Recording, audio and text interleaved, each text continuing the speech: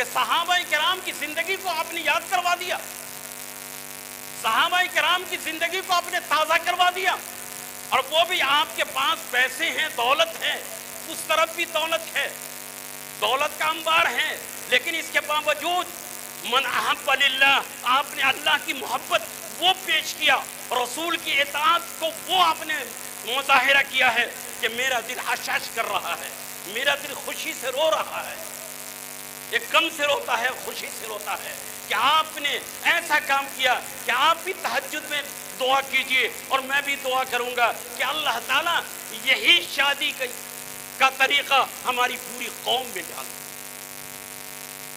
اگر یہ قوم میں یہ طریقہ آ جائے تو جس کے پاس 5 بیٹی ہے خوشی سے بیٹی کی شادی کرے گا، 7 بیٹی ہے خوشی سے کرے گا، لیکن دوستو وہاں پر انہوں نے قربانی دیا اور قربانی میں وہ شخص کامیاب ہو گیا۔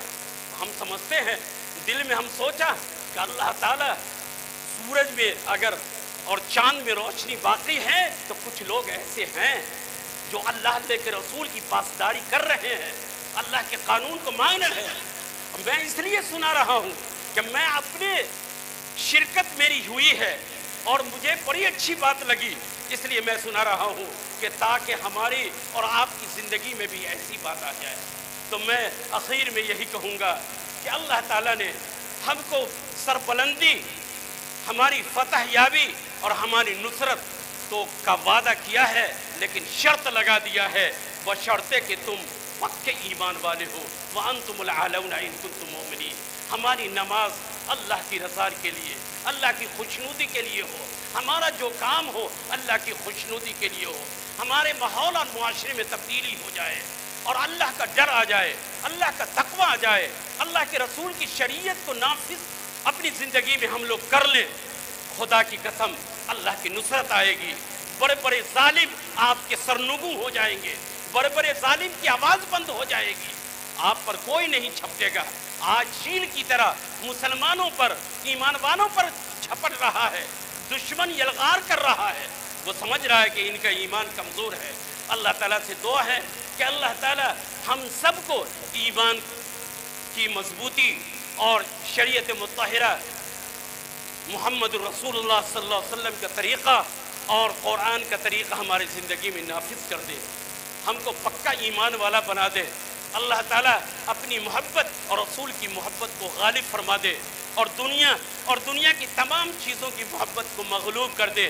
اور آخر میں تو اللہ کے رسول نے فرمایا تھا کہ پکے مومن تم اسی وقت ہو سکتے ہو جب تک کہ اپنی محبت کو اپنی اولاد، اپنے مال اور اپنی جان اور تمام چیزوں سے محبت اللہ کے رسول کی محبت میں تم فنا کر دو، اسی وقت پکے ایمان والے ہو۔ لا یؤمن احدکم حتی اکون احب الیہ من والدہ وولدہ والناس اجمعین، وآخر دعوانا ان الحمد للہ رب العالمین۔